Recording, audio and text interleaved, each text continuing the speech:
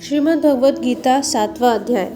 भगवान श्री कृष्ण बोले, हे पार्थ, मुझ में मन लगा करके मेरे ही आश्रय होकर योगाभ्यास करते हुए मेरे स्वरूप का संशय रहित पूर्ण ज्ञान होगा। सो सुनो, सो ज्ञान मैं तेरे ताई कहता हूँ। हे अर्जुन, इसे जानकर फिर जानने योग्य कुछ भी नहीं रहता।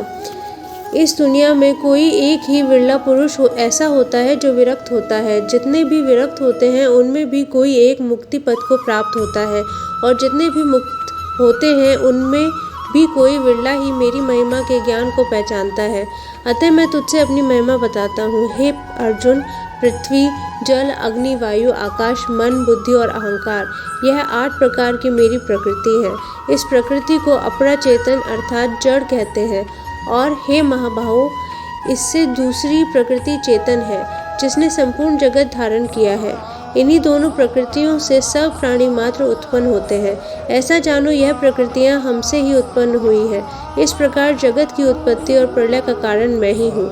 हे धनंजय, धागों में जिस प्रकार मणि पिरोई जाती है, उसी भांति यह संसार मुझ में ही गुथा हुआ है। इस मुझसे परे और कुछ भी नहीं है। हे कुंती पुत्र, जल में रस मैं ही हूँ, चंद्रमा और सूर्य में प्रभा भी मैं ही हूँ। मैं सब वेदों में प्रणव हूँ, आकाश में शब्द तथा पुरुषों में पौरुष मैं ही हूँ। हे अर्जुन, पृथ्वी में सुगंध और अग्नि में तेज मैं हूँ। हे पार्थ, संपूर्ण प्राणियों में सनातन बीज रूप मुझको ही जान। बुद्धिमानों में बुद्धि रूप और तेजस्वियों में तेज मैं ही हूँ। हे अर्जुन, काम और रोग रहित बलवान पुरुषों में धर्म के विरुद्ध न जानने वाला कर्म मैं ही हूँ। जितने भी सात्विक, राजस और तामस पदार्थ हैं, वह सब मुझसे ही उत्पन्न हुए हैं, परंतु उनमें मैं नहीं रहता। ये सब मुझ में है। सत, रज, तम, इन तीनों गुणों के प्रभाव से यह सारा संसार मोहित रहता है। इस कारण यह इससे परे मुझ अव्यय परमात्मा को नहीं जानता। मेरी यह गुणमयी और दिव्य माया अत्यंत दुष्कर है। जो मुझे अनन्य भाव से भजते हैं, वे इस माया को पार कर जाते हैं। जो पापी, मूढ़ और नराधम है, माया ने जिनका ज्ञान हर लिया है और आसुरी भाव ग्रहण किए हुए हैं, वे मुझे नहीं जान पाते। हे भारत श्रेष्ठ अर्जुन, 4 प्रकार के जीव मुझको भजते हैं। दुखिया, जिज्ञासु, ऐश्वर्य की कामना करने वाला और ज्ञानी।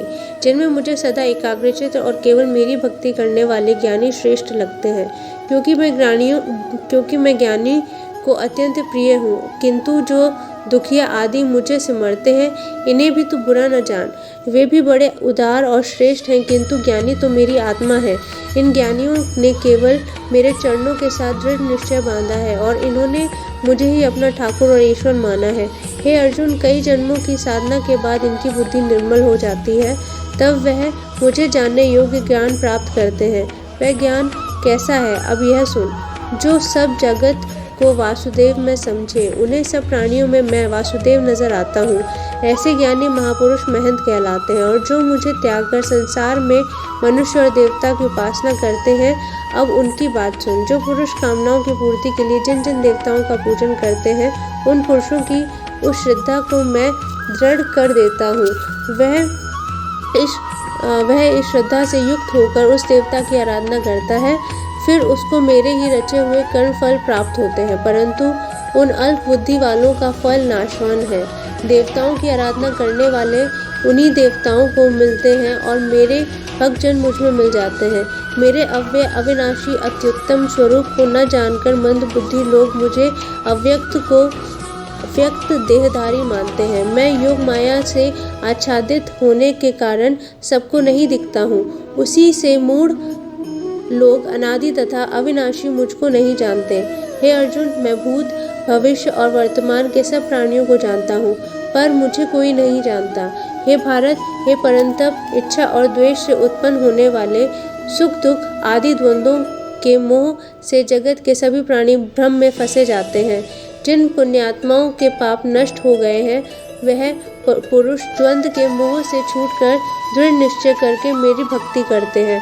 जो मेरा आश्रय लेकर जन्म मरण के दुख दूर करने का अर्थ प्रयत्न करते हैं, वे पुरुष ब्रह्म, आत्मज्ञान और संपूर्ण ज्ञान को जानते हैं।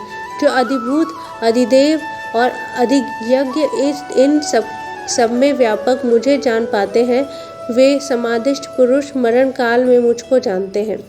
इति श्रीमद्भगवद्गीतासूपनिषत्सु ब्रह्मविद्यायां योगशास्त्रे श्रीकृष्ण अर्जुन संवादे ज्ञान विज्ञान योगो नाम 7मो अध्यायः।